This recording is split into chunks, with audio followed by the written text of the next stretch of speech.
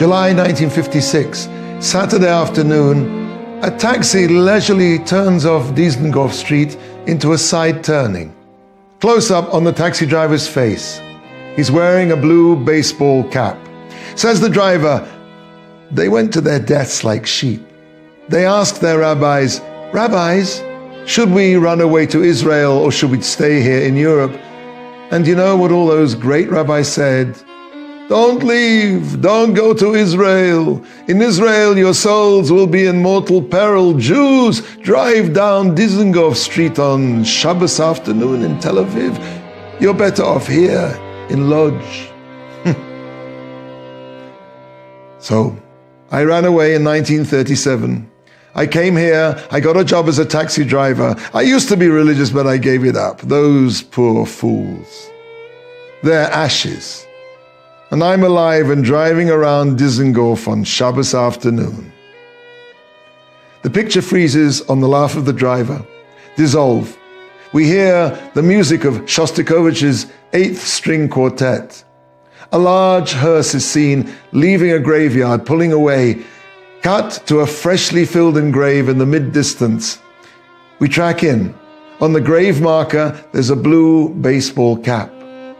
The camera starts to track backward, back and back.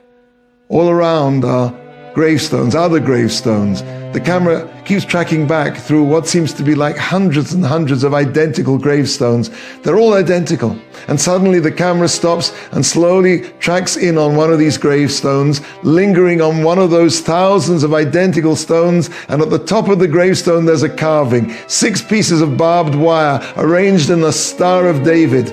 The camera tracks downward, and we read the inscription, "For one of the 6 million, a place in the earth for someone whose ashes were blown on the 4 winds." No one gets out of here alive. We all make our exit one way or another. The question is, what are we going to do with this brief walk between 2 darknesses? Are we going to live our lives like heroes and die like martyrs with the name of God on our lips? The world sees our martyrs as passive, as lambs to the slaughter. We see them as gigantic heroes of the soul. Heroes who never allowed their fiendish enemies to make them falter in their trust in God's ultimate justice. They were quick to do the will of their Father in heaven, and in death they are not separated. Who is like your people Israel? One nation in all the world. Our lives are founded on the ashes of the millions. They gave their most precious gift to us, their dedication, their faith. They were not sheep, they were lions of the soul. In this week's Parsha it says, "He, the Kohen, will separate the ash." The first service of the day in the Holy Temple, the basis for the service of the whole of the rest of the day, was called the Trumat Hadeshen, the separation of the ash. In this, the Kohen took ashes from the innermost part of the altar and placed these ashes on the floor of the courtyard to the east of the ramp that led to the altar's top. These ashes had to come from the previous day's offerings. Every day, the Kohen would remove the ash and place it by the base of the altar, and miraculously, that ash would become swallowed up in the ground and become the base of the altar.